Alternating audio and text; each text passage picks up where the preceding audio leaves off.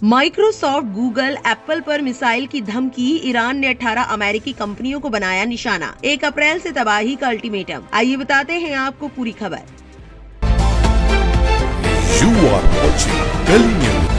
जंग में सब कुछ जायज है। इस फिल्म में डायलॉग को कहीं सच होते देखना है तो ईरान और इजराइल की जंग पर नजर रखे। यहाँ कुछ भी हो रहा है।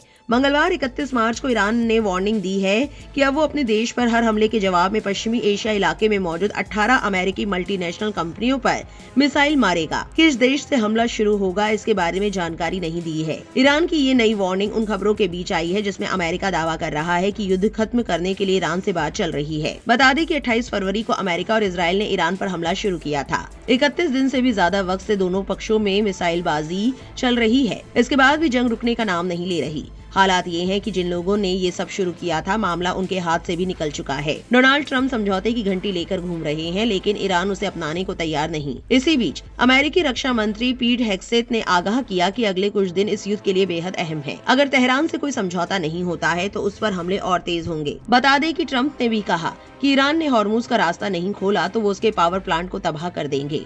मिसाइल के साथ ईरान पर धमकियां मिल रही हैं, लेकिन वो पीछे हटने को तैयार नहीं। रॉयटर्स की रिपोर्ट के मुताबिक इन धमकियों पर पलटवार करते हुए ईरान की इस्लामिक रिवॉल्यूशनरी गार्ड्स कॉर्प्स ने नई धमकी दी है कि 1 अप्रैल से पश्चिमी एशिया के इलाके में मौजूद अमेरिकी कंपनियों को भी निशाना बनाया जाएगा। ऐसी 18 कंपनियों की लिस्ट ईरानी सेना ने जारी की है, जहां ईरान पर हमले के जवाब में तबाही मचाई जाएगी। इनमें Microsoft, Google, Apple, Intel, IBM, Tesla और बोइंग जैसी बहुराष्ट्रीय कंपनियां शामिल हैं। IRGC ने कहा कि 18 कंपनियां तैयार रहें। बुधवार 1 अप्रैल को तेहरान के समय के मुताबिक रात 8 बजे से ईरान में हर आतंकवादी हमले के बदले में इन जगहों पर तबाही होगी।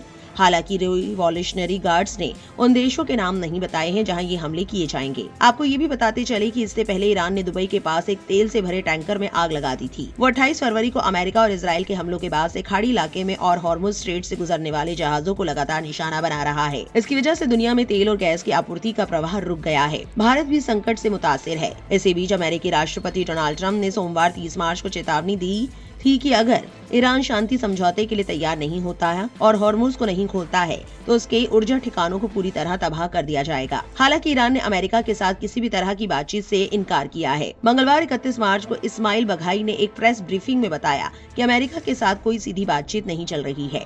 उन्होंने कहा कि वॉशिंगटन की ओर से केवल नेगोशिएशन का प्रस्ताव आया है। प्रस्ताव में शांति समझौते के लिए अमेरिका की मांगे भी शामिल है, लेकिन ये प्रस्ताव सीधे अमेरिका से नहीं आया है। कुछ मीडिएटर्स की तरफ से आया है, जिसमें पाकिस्तान भी है। उन्होंने कहा कि शुरू से ही हमने क्लियर स्टैंड लिया है। अमेरिकी सैन्य अभियान अपने फुल फोर्स में है, लेकिन ईरान भी अपनी रक्षा करना जानता है। इस खबर को लेकर आपकी क्या राय है, कमेंट सेक्शन में जरूर लिखें और ऐसी और वायरल खबरों के लिए हमारे चैनल को सब्सक्राइब करना ना भूलें।